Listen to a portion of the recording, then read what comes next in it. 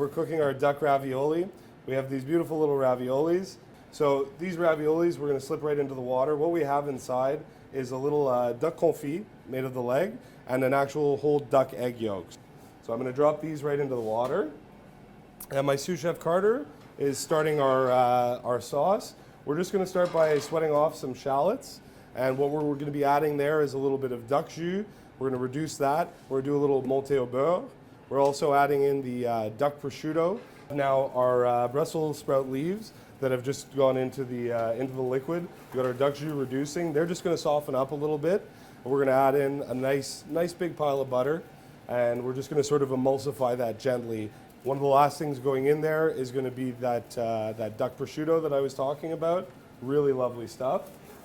We've got the raviolis almost ready to come out of the water. They don't take too long. It's just to sort of soften up the outside, the dough, and we want to keep it nice and runny in the center. So, and now we're ready to go. I'm going to pull these raviolis out.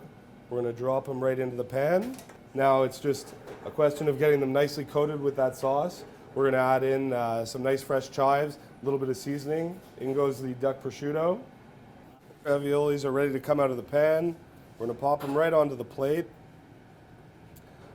Just pour some of our sauce and our Brussels sprouts and all that beautiful pancetta. And to finish, just a nice pile of fresh Parmesan grated right on top there. And those are looking perfect. And we should have a nice runny center. Absolutely perfect.